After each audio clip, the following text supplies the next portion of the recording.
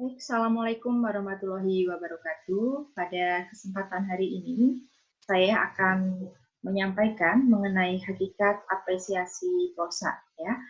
Di sini saya, Bu Maina Febriani, MPD, bersama tim saya, yaitu Ibu Dr. Nas Haryati, MPD. Ya. Sesuai dengan judul mata kuliah kita, yaitu apresiasi prosa, sebelumnya kita akan menggali lebih mendalam mengenai apa yang dimaksud dengan apresiasi. Ya, petunjuk, amatilah gambar berikut. Gambar apa dan apa komentar Anda terhadap gambar tersebut? Kita akan melihat beberapa gambar. Gambar ini, bagaimana perasaan Anda? Ada seorang kakek tua. Kemudian gambar ini, kasihan Pak buat beli casing HP, tapi orangnya terlihat segar, bugar. Lalu yang ini, perempuan cantik yang terlihat sedang mengemis. Lalu peristiwa kebakaran hutan, ada pemadam kebakaran, ada kota yang runtuh, lalu peristiwa tolong-menolong, pemandangan yang sejuk dan indah, gambar abstrak. Apa yang dapat Anda simpulkan dari pencermatan terhadap gambar-gambar tersebut? Kaitkan dengan apresiasi. Nah, ketika Anda melihat gambar seorang kakek tua yang sedang mengemis atau sedang kelaparan, kemudian timbul sebuah perasaan kasihan. Ketika Anda melihat seorang perempuan cantik yang sedang mengemis, kemudian apa yang Anda pikirkan? Anda tidak merasa kasihan, berbeda dengan ketika Anda melihat seorang kakek tua yang sedang mengemis. Nah, perasaan yang timbul itulah yang disebut dengan apresiasi. Kalau kita kaitkan dengan karya sastra, misalnya ketika Anda membaca sebuah novel yang sangat sedih, misalnya adalah Tenggelamnya Kapal Van der Wijk, Anda merasa sangat sedih ketika adegan Hayati dan Zainuddin berpisah. Perasaan itulah yang disebut sebagai apresiasi.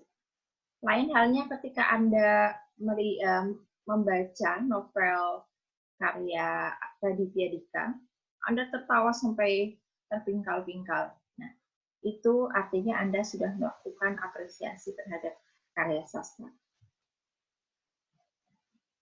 Ya, sebelum kita membahas lebih mendalam mengenai apresiasi, konsep apresiasi prosa, berikut ada beberapa pernyataan untuk membedakan mana yang dimaksud dengan apresiasi dan mana yang dimaksud dengan ekspresi. Ada 15 pertanyaan, kita pilih saja beberapa. Misalnya nomor 1, membicarakan karya sastra yang dibaca atau didengar, apresiasi atau ekspresi. Itu apresiasi ya. Membaca karya sastra, apresiasi. Langsung nomor 5, mendongeng, ekspresi. 6, mengikuti pembicaraan dan diskusi tentang sastra, itu apresiasi. Kita langsung ke nomor 12, menulis cerpen, apresiasi. Nah, kalau kita cermati, ya mungkin Anda bisa klik pause ya untuk memetakan nomor 1 sampai nomor 15, mana yang apresiasi, mana yang ekspresi. Bisa jadi begitu ya. Kita langsung saja untuk pembahasannya. Setelah Anda menjawab pertanyaan nomor 1 sampai 15, kegiatan apresiasi sastra cenderung pada keterampilan berbahasa yang reseptif atau produktif. Nah, menyimak reseptif, berbicara produktif, membaca reseptif, menulis produktif. Pada kurikulum 2013, ada satu keterampilan berbahasa lagi, yaitu memirsa. Itu bersifat reseptif. Nah, jadi apresiasi itu cenderung pada keterampilan berbahasa yang bersifat reseptif. Sedangkan ekspresi lebih cenderung pada keterampilan berbahasa yang bersifat produktif. Kemudian apa saja jenis kegiatan bersastra? Ada apresiasi sastra, ada ekspresi sastra. Apresiasi sastra dalam berbagai jenis dan bentuk, misalnya mendengarkan karya sastra yang dilisankan atau dibacakan dan memahami pikiran, perasaan, dan imajinasi yang terkandung di dalamnya dan membaca karya sastra tulis. Lalu, apa saja kegiatan berekspresi sastra?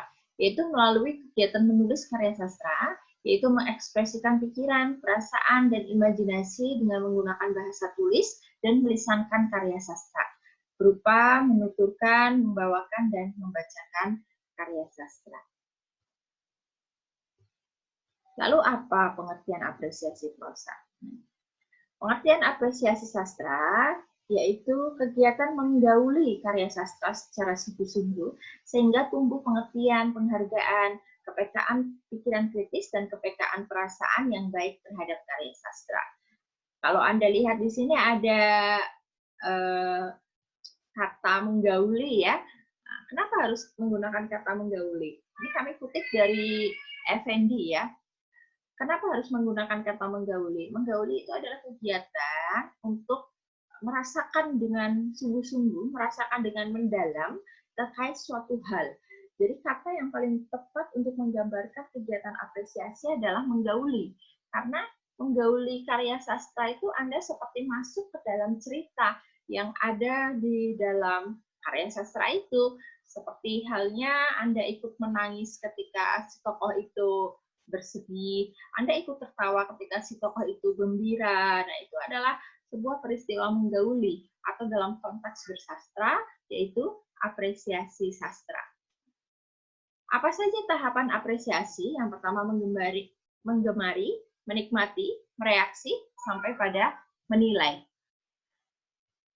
Tingkatan apresiasi menurut Wardani, menggemari, menikmati, mereaksi, sampai memproduksi.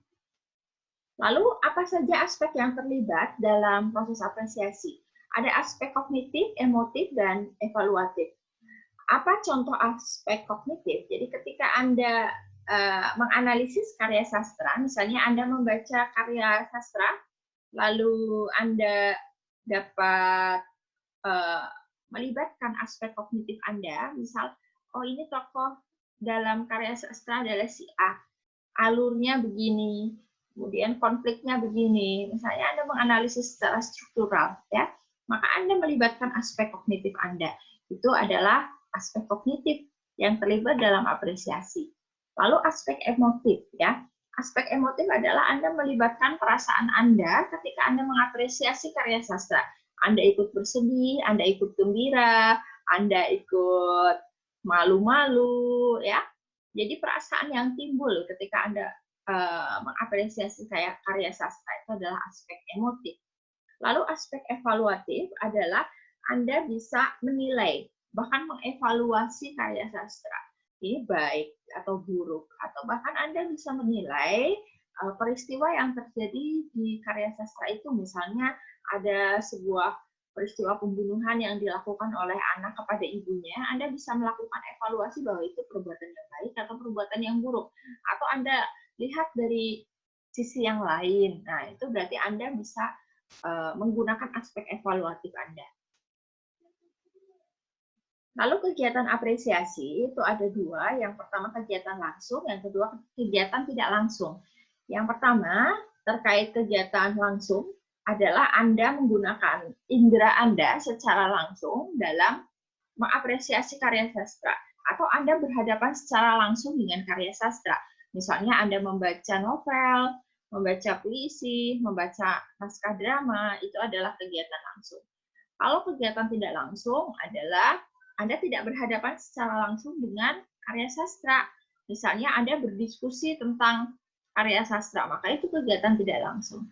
Anda mempelajari teori sastra, itu kegiatan apresiasi, tapi kegiatan apresiasi secara tidak langsung. Apa saja bekal awal untuk melakukan kegiatan apresiasi? Yang pertama, Anda harus punya kepekaan emosi, ya, karena salah satu aspek apresiasi adalah unsur emotif, ya. Jadi Anda harus punya kepekaan emosi. Ada yang pernah mengatakan bahwa orang yang menyukai karya sastra atau orang yang gemar mengapresiasi karya sastra, maka dia akan memiliki kepekaan batin. Nah, kepekaan batin itu sama dengan kepekaan emosi. Ya, jadi dia lebih tanggap dalam menghadapi segala situasi kehidupan yang terjadi.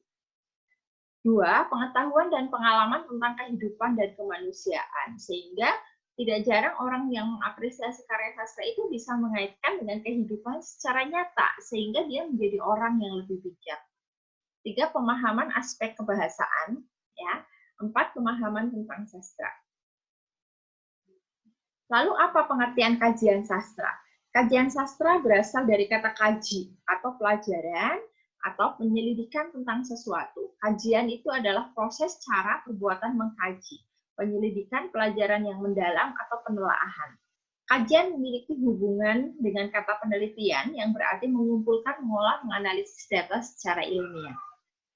Kajian prosa merupakan proses, cara, perbuatan mengkaji, menyelidiki, menelaah, dan memahami sesuatu, memahami melalui analisis prosa.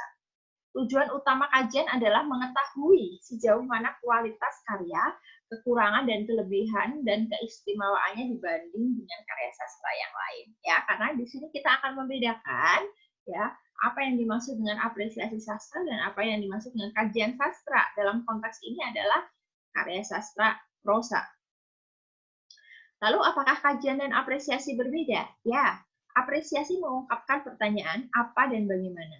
Kajian mengungkapkan pertanyaan mengapa. Nah, kegiatan pengajian mesti didahului dengan apresiasi, pasti ya.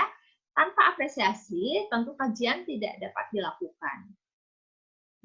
Lalu apresiasi bersifat subjektif, kajian bersifat objektif. Karena apresiasi melibatkan unsur emosi, tapi kajian kita harus menggunakan pendekatan-pendekatan tertentu yang terdapat dalam teori sastra.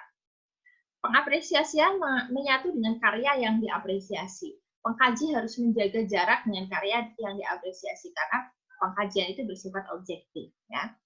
Kajian bersifat ilmiah dibanding apresiasi. Kajian dilakukan dengan menggunakan teori, metode tertentu, apresiasi tidak. Jadi apresiasi lebih subjektif, lebih melibatkan emosi, sedangkan kajian itu objektif, menggunakan teori-teori sastra untuk penelaahannya.